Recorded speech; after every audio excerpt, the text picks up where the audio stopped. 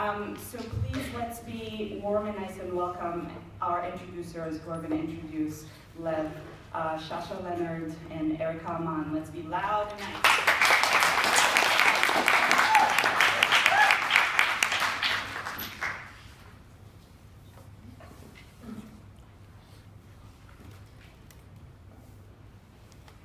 Lev Grossman published his first novel, Warp, in 1997, and his second, Codex, which won an international recognition in 2004.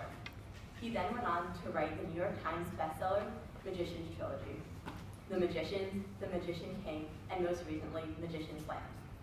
In addition to being an acclaimed author, Grossman has been a critic for Time magazine since 2002. While Grossman's work is at times compared to classics such as the Chronicles of Narnia or the more recent Harry Potter, Grossman has taken a new, fresh approach to the fantasy genre, which breaks old conventions and sets the bar for future books of its kind.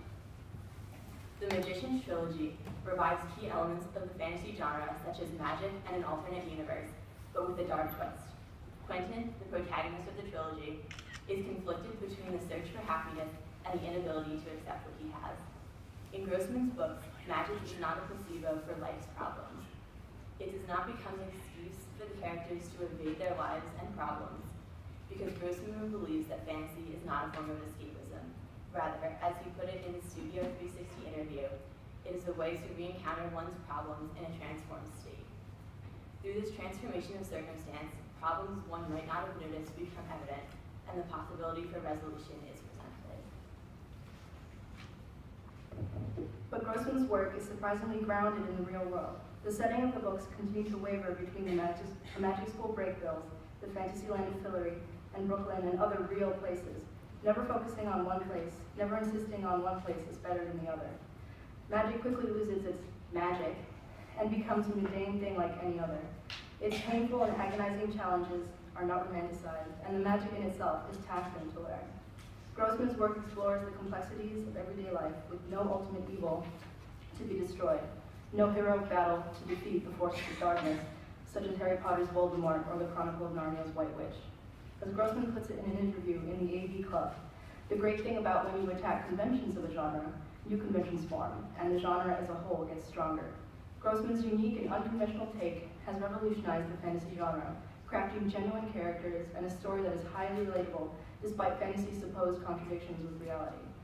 Grossman's approach is both an homage and a reevaluation of the fantasy genre. That is where the true magic of his work lies. It is an honor to welcome Lev Grossman to Press Writers Forum.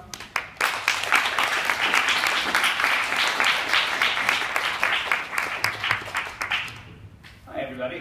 Hello. I usually begin by saying thank you for coming, but since it's a class, you guys had to come. You had no choice. I'm going to talk a little bit about the Magician's books and how they came to be, and then I'm going to read a very short bit from The Magician's Land, which is the new one. I, as it turns out, have a very low tolerance for listening to people read their fiction out loud.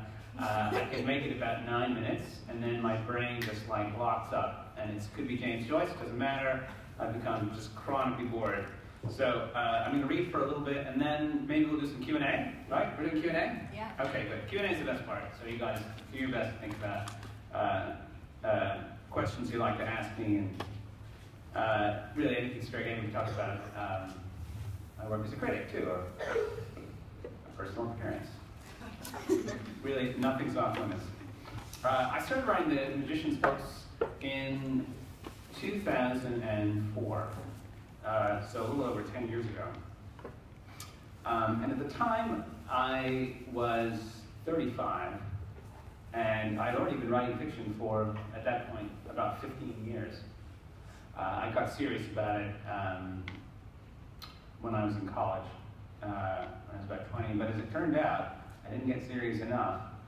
I did publish, during that period, I published 2 books, Warp in 1998 and Codex in 2004, and they were both novels. But I had the weird experience of writing lots and lots, but never feeling as though I found my voice particularly. I never felt that really powerful, visceral connection with what I was putting on the page during that time, because I was extremely stubborn and determined, I turned out a lot of fiction anyway. But I was trying to, get an IV, and I couldn't hit the vein. And I had more or less given up on that idea, and I told everybody that this idea of finding your voice is a romantic myth, and it doesn't really happen in real life. But as I was going to find out, that was not true.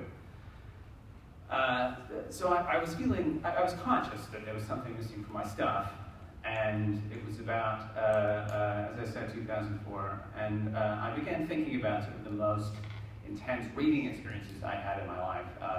And up to that point, my life as a reader was slightly schizophrenic. I grew up in a very literary family. My parents were both English professors.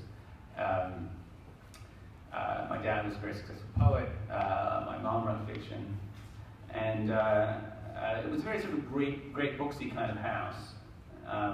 Unusually so. I think as a family we were a little bit outliers because my parents were so obsessive about the canon and their particular idea of what high literary fiction was, which I, as a child who was unusually submissive to authority, internalized in a big way.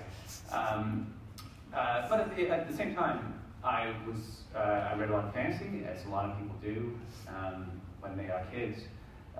Someone once asked the writer China Miéville how he got into fantasy, and his answer was, "How did you get out of it?" I think that my parents, and to some extent myself, always expected. I always expected to grow out of fantasy. I started with the Narnia books when I was about 8, but I moved on to Tolkien and T.H. White, Fritz Leiber, Henry Caffrey, Piers Anthony,